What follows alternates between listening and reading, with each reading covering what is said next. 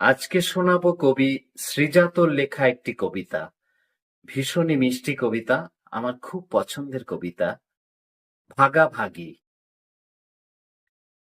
রোদের মধ্যে শিমলা মির্চ, ঠান্ডা সবুজ ঝাল, আমার কাছে আজ রয়েছে, তোমার কাছে কাল।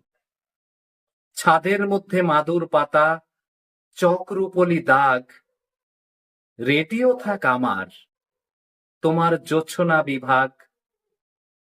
হাতের মধ্যে নকশা বাড়ি, চারদিকে তার জল, শহর থাকুক আমার কাছে, তোমার মফস্বল।